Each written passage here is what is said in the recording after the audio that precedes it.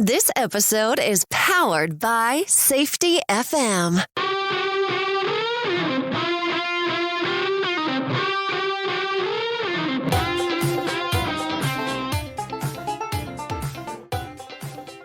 The Crucial Talks podcast with your host, Mike Sedam. Hello, everyone. This is Mike Sedam. Welcome back to the Crucial Talks podcast. Today's guest is Jay Scott. Now, Jay is the author of a couple of books. The first one is It's Never Just Business, It's About People. And the second is The Irreverent Guide to Project Management. So he's really about people and getting stuff done. But you'll hear a little bit more about that when we talk to Jay. Now, he has quite the resume that started with him jumping out of Navy helicopters and now includes transforming organizations such as DirecTV, Trader Joe's, Sony, Mattel, and other organizations. So this should be a really valuable conversation.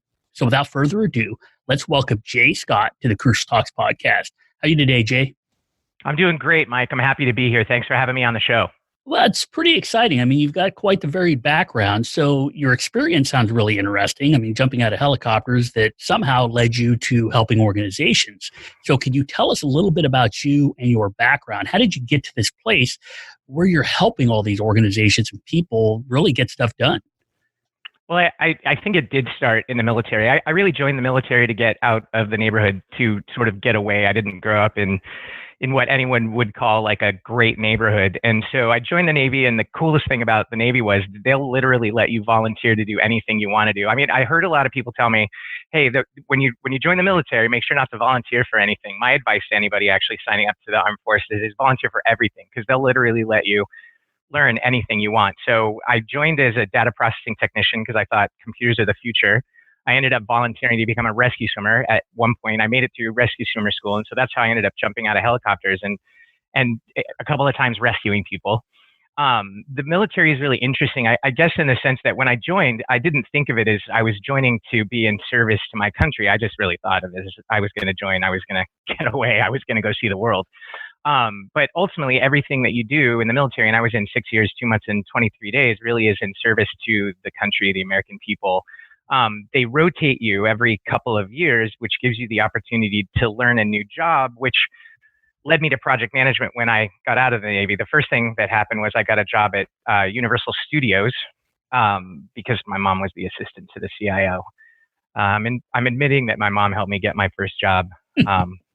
But I feel like my work is what enabled me to keep the job.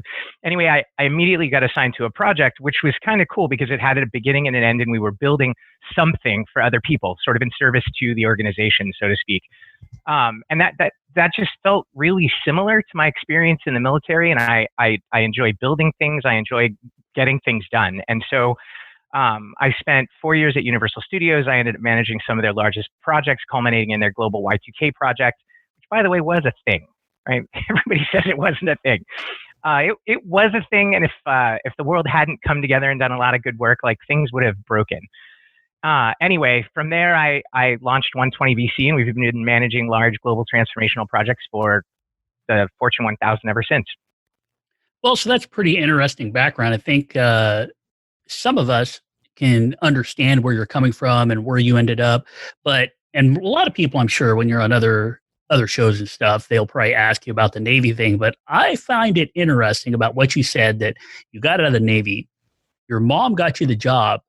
But what you said that was interesting, I think it's a key point that'll kind of jump us off on the right foot on what we're going to talk about is your mom may have gotten you the job, right? The opportunity was there. But you said that once you got the job, your performance is what allowed you to keep the job. So how important is that to people to understand that, hey, we have to be ready to jump on an opportunity, or we have to be in a position where we can take an opportunity, but really the control of that opportunity is really on us. We control the outcomes of those things, whether it's a project or a new job you get, we control those things. Oh, I couldn't agree with you more. In fact, one of my philosophies is that if you want something in life, the only obstacle is doing the work. If you want to be LeBron, do the work. I mean, if you're short and terrible at sports, maybe don't aspire to be LeBron, right? If you want to be Picasso, do the work. If you want to be Malcolm Gladwell, do the work. If you want to be Elon Musk, do the work. It's short of attempting to defy the laws of physics. And especially in the United States of America, the opportunity is there. All people have to do is step up to the plate and be willing to do what it takes to achieve whatever it is that they want to achieve. Ultimately, if you're familiar with Malcolm Gladwell's book, The Outliers, he literally talks about the difference between an amateur and a highly paid professional is 10,000 hours of practice. And so there have been countless studies that show that people are capable of doing just about anything they want to do. Again, short of some physical limitations in physics. But philosophically, that's one of the things that I'm teaching my children. If you want something, the only obstacle is you deciding whether you're willing to do the work or not. So you started this company, 120 VC, and you're out there and you've got this belief you've got to go out and do the work. So what is the company that you started? What is it actually about? Is it about helping people do the work? What do you actually accomplish through your company? Good question. So we believe in the transformative power of getting shit done.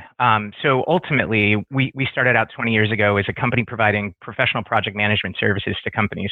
I figured out pretty quickly that CEOs are less interested in individual projects and more interested in getting the vast majority of their projects, or what you might call a program or a portfolio of projects, done each year for the amount of money set aside. So we got into program and portfolio management.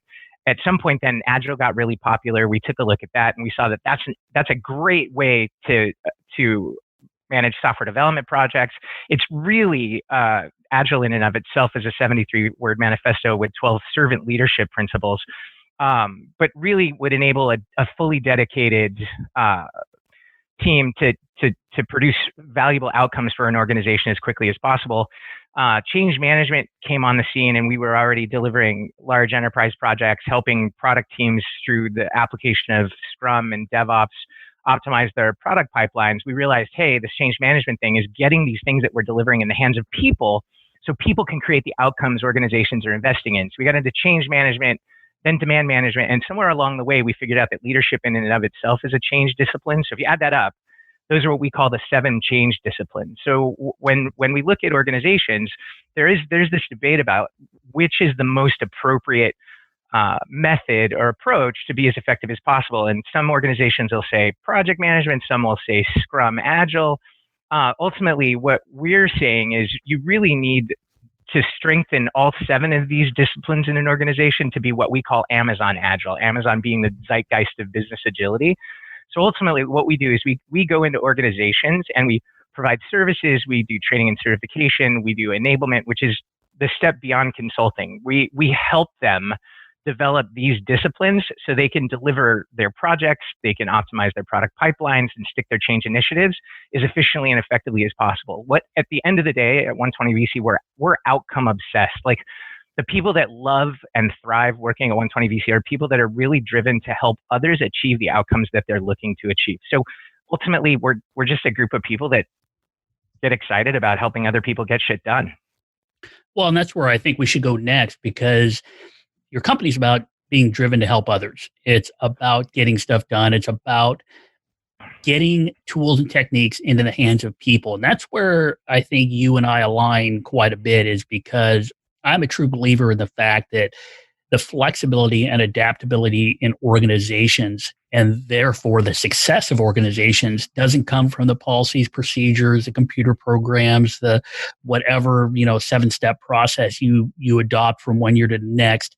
It's really about the people, because the agility and flexibility in any organization really comes to the people. And I don't care if you're talking about risk or safety or, construction or whatever. It really comes down to the people. So when you experience, well, you wrote a whole book about it, so I assume you're going to have some great ideas on this.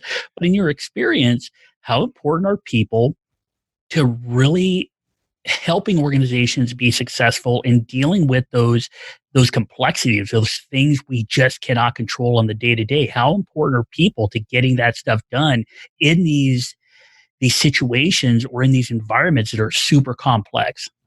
Well, people are the most important. And I think it's funny how people talk about corporations as if that's a thing. It really is just a concept or a label under which people work together to accomplish things. I've watched leaders or executives in corporations deploy technology for the past 20 years thinking that somehow this technology was going to create some level of innovation. The irony is It's people that deliver that technology, and then it's people that have to utilize that technology to accomplish whatever outcomes it is the organization was looking for, to take advantage of whatever market opportunity they were making an investment in. So, I mean, at the end of the day, it's all about people, 100%.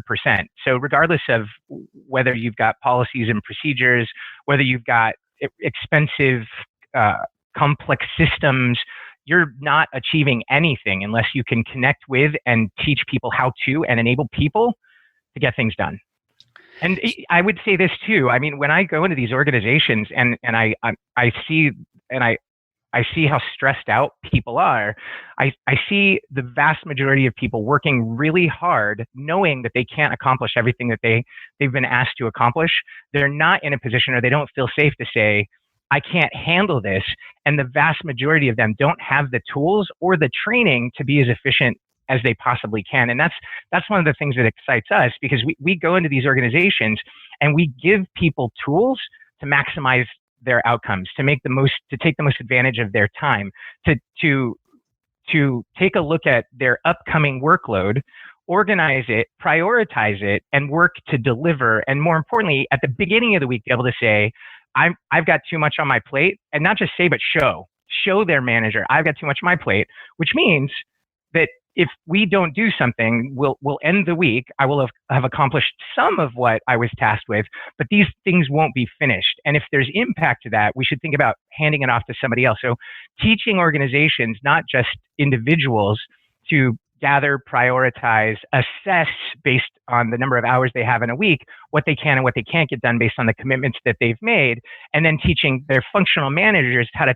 triage that again across their organizations, and then more importantly, justify the postponing of initiatives or the addition of people to accomplish more. But at the end of the day, most organizations don't have the skills or the tools to have insight into the commitments that they've made, which is why the vast majority of people aren't getting done what's expected of them. They spend a lot of their time trying to look good. If not look good, don't look bad. And so organizations today are full of people that are stressed out, that are burnt out, that are really just trying to protect their jobs. And so one of the things that excites us is giving these people, as I'd said before, the tools to eliminate the chaos, the tools to be efficient, the tools to be effective, and the tools to succeed. And when we do that, we literally move them from a state of stress to a state of neutral to a state of positive. And people at positive are actually 30% more effective in their roles than they are at negative, neutral, or stressed. If you're a fan of Sean Achor, that's a quote from his book, The Happiness Advantage. Well, and I find this really interesting because I've talked before about Maslow's hierarchy of needs and how we should actually flip that on its head, where if you can hit these areas where people feel emotionally safe, they feel like they have purpose, those sorts of things, all that other stuff kind of comes with it. And it kind of sounds like what you're saying is really similar to that. Basically, what you're saying is that, hey, in these organizations where people have too many things going on, they can't get everything done. They know it, but there's nothing they can do about it. They don't feel safe to talk about it. They don't feel that safety in their organization, that level of trust in their organization to be able to have those conversations. So when you go into an organization, are you helping them with kind of those higher rungs of Maslow's hierarchy, giving people that environment where these difficult conversations, because they really are difficult, because people feel like they're failing, and so they feel that level of stress because they're not able to control those things. How do you get people to start shifting that lens from the way organizations have been in this country from the Industrial Revolution through really today? How are you getting them to shift their lens to more of people focused, and how we can use people, I don't want to say use people in a negative way, but use the strengths of people as social beings that belong in groups that need that safety? How do you shift that lens to get them going from this, I guess, the side of the bell curve that's stressed to the side of the bell curve that's more of this positive feeling and positive outlook that you're talking about? Well, the good news is I'm not the only champion of leadership over command and control authority. Harvard Business Review is helping me out a lot. Forbes is helping me out a lot. Inc. Magazine is helping me out a lot. There's a lot of popular speakers these days that are talking about leadership and emotional safety. You're familiar with Agile. The 12 principles of Agile are all about servant leadership, connecting with people principles. And so there's an awareness out there that command and control, aka organizations where they have managers and executives that use their authority to motivate outcomes, aren't as effective as organizations that are full of leaders that influence outcomes as opposed to dictate outcomes. So let's quickly distinguish the difference between leadership and authority. Authority is when somebody has some authority over you, meaning they can fire you, they decide how much money you make, and they basically can tell you what to do. I mean, obviously you have choice. You can leave that organization, but if you like your job and you're happy with your job and you want to stay in that organization, you might be influenced by this dictator. Now, authority, if we go way back to maybe Henry Ford, where the vast majority of the knowledge is at the top, it works. It definitely is capable of motivating outcomes, but it's slow, and the team is only as smart as that manager or the executive, because the executive and that manager is not asking for anyone's input. He or she is just telling everyone what to do. So when a team is only as smart as a single individual, innovation is not possible. Moving quickly is not possible, and there's not a lot of problem-solving strength amongst the team. When a team, whether it be when a manager and executive decide, instead of using their authority, to use their leadership to pull individual team members together or an entire team to help them architect a roadmap to a shared goal, meaning they're not dictating outcomes, they're clearly messaging the vision or where we need to go or what it is that we need to do. And then they work with that individual to help that individual come up with their own approach to solving a problem or taking advantage of a market opportunity. A couple of things magical happen. One, that leader in that conversation through inquiry is asking how they might go about solving the problem. The individual being asked how to solve the problem feels important, gets engaged, actually starts thinking. And really, the individual that's going to go and solve the problem, or the team member, that person's coming up with solutions, but in a way, they're using that leader as a sounding board. So when a solution is sort of set forth, the team member feels like they came up with it, but the leader feels totally bought in and comfortable, and therefore you've leveraged the collective IQ. The solution or the next steps are as smart as two people as opposed to as smart as one person. And lastly, we as human beings believe what we say over what anyone else says. So when an individual team member comes up with their own approach to solving a problem or accomplishing a shared goal, they're bought in. So you've increased the likelihood of achieving the outcome that you're seeking. And really, business isn't about controlling outcomes. Leadership isn't about controlling outcomes. Leadership is about expected outcomes, right? We want predictability. It doesn't matter how they accomplish it, as long as they accomplish what we need accomplished to solve a specific business problem, right? So if you enable your team to come up with solutions, those solutions are smarter because there's several people involved. The people are bought in. You're much more likely to get the outcome that you're looking for. And so leadership trumps command and control authority in that solutions are smarter, innovation is possible, team members are bought in, and it really increases the likelihood that you're going to consistently get the results that you're looking for. It's so much easier just to tell people what to do, but it doesn't scale. Well, and that's where I wanted to go next. Was it is harder in a way, because you're dealing with that human person and you're trying to get people engaged. And I liked what you said about human beings believing what we say over what others say, and how important that is to shared goals. And what I call, through social identity, I call that I don't call it that. It's PhDs much smarter than me call it this, but it's a superordinate goal, something that transcends the individual, transcends some of the roles that they adopt. So these superordinate goals become very important, because even people on different teams or in different organizations or with different beliefs can get behind this superordinate goal, this important goal.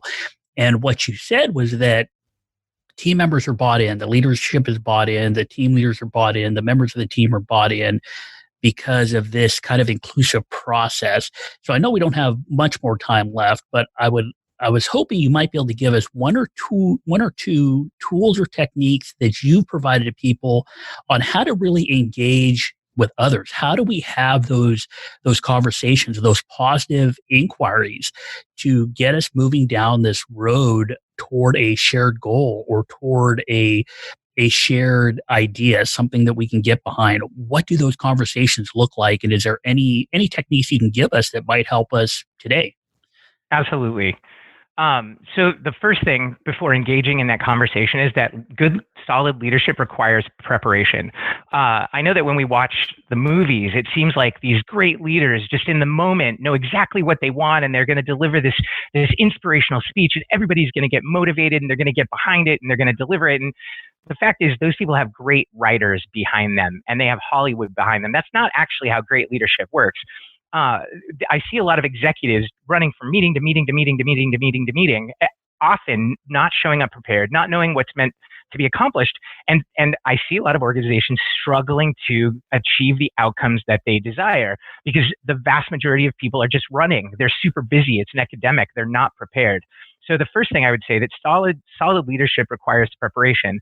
What I like to do in advance of any meeting with an individual or a group is take the time to prepare. Think about what it is, what outcomes we need to move whatever it is that we're focused on forward. So I'll sit down and I'll literally think about the outcomes. I'll think about the individuals that are going to be in the meeting. I'll think about what their personal stake in the situation might be.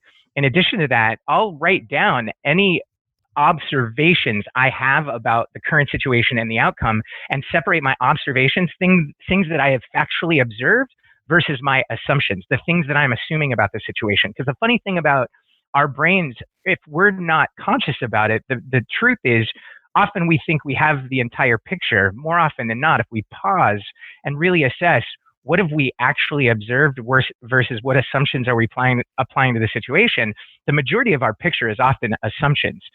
It's important to know what assumptions you're making going into any conversation with an individual or a team because you want to lay them out. You want to be able to crisply message, here's where we need to go. Here's what we need to do. Here are the facts, my observations, the things that I absolutely 100% know and are verifiable. Here are the assumptions that I'm making. And that's an important start to the conversation because now I've set my team up to succeed and I've called out something that rarely gets called out that often puts people at odds in conversations. And that's that there's a difference between observable, verifiable facts and the assumptions that we're making. And so when we get into that active listening conversation, and I'll talk about active listening, which is the second technique aside from preparation that I want to talk about. When we get into that active listening, problem solving, or solutioning conversation, I want us to be able to say, is that assertion, that statement that you just made, is that factual, observable, verifiable, or was that an assumption? Because if it's an assumption, we either need to, in that moment, substantiate it or take time later to substantiate it. Because whatever approach or solution we come up with is only going to be as solid as the number of assumptions we've left unsolved. Does that make sense? It totally does. Yeah, no, that makes sense to have that preparation done. So you're not, because if you don't prepare, it seems like you may be going down a road just based on your assumptions without the good information you need to actually be engaged in a conversation or make good decisions. So that totally makes sense. Right. And I know we're Americans, which means like cowboy is really coveted, right? But it's that save cowboy for emergencies, right? When you just need to move fast, you don't have time to substantiate or unsubstantiate assumptions. Great leadership requires preparation. So once you get into that conversation, you've laid out the vision, where we're going, the observable facts, and the assumptions. The leader's role then is to ask the team how we get there. And so this is where active listening comes in. We are wired to listen, to assess whether we agree or disagree with what's being provided by the other people around us. It's called confirmation bias. And so when people present ideas that conflict with our previously held beliefs, our brain resists. And when we argue against what other people are saying, the brain actually rewards us with a shot of dopamine, which is a happy chemical. It makes us feel good. And this is what's kept us alive, not being the strongest, the fastest animals on the planet for as long as we've been here. However, that's listening, being overcome by our confirmation bias in a situation where you're the leader is terrible. So being aware of that and being able to hear people out, and when your team presents ideas to a solution that you don't agree with, check yourself and ask questions.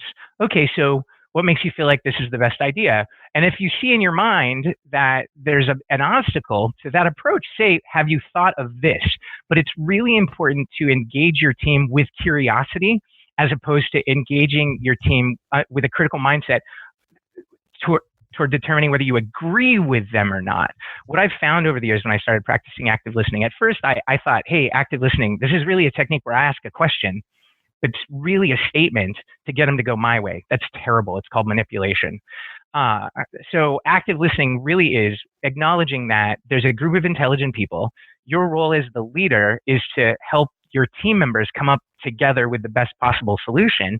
And so as people are throwing out things that seem like a good idea to you, check, acknowledge it. As people are throwing out things that don't seem like a good idea to you, explore it, because often there's something that they know that maybe you're not aware of that might change your perception.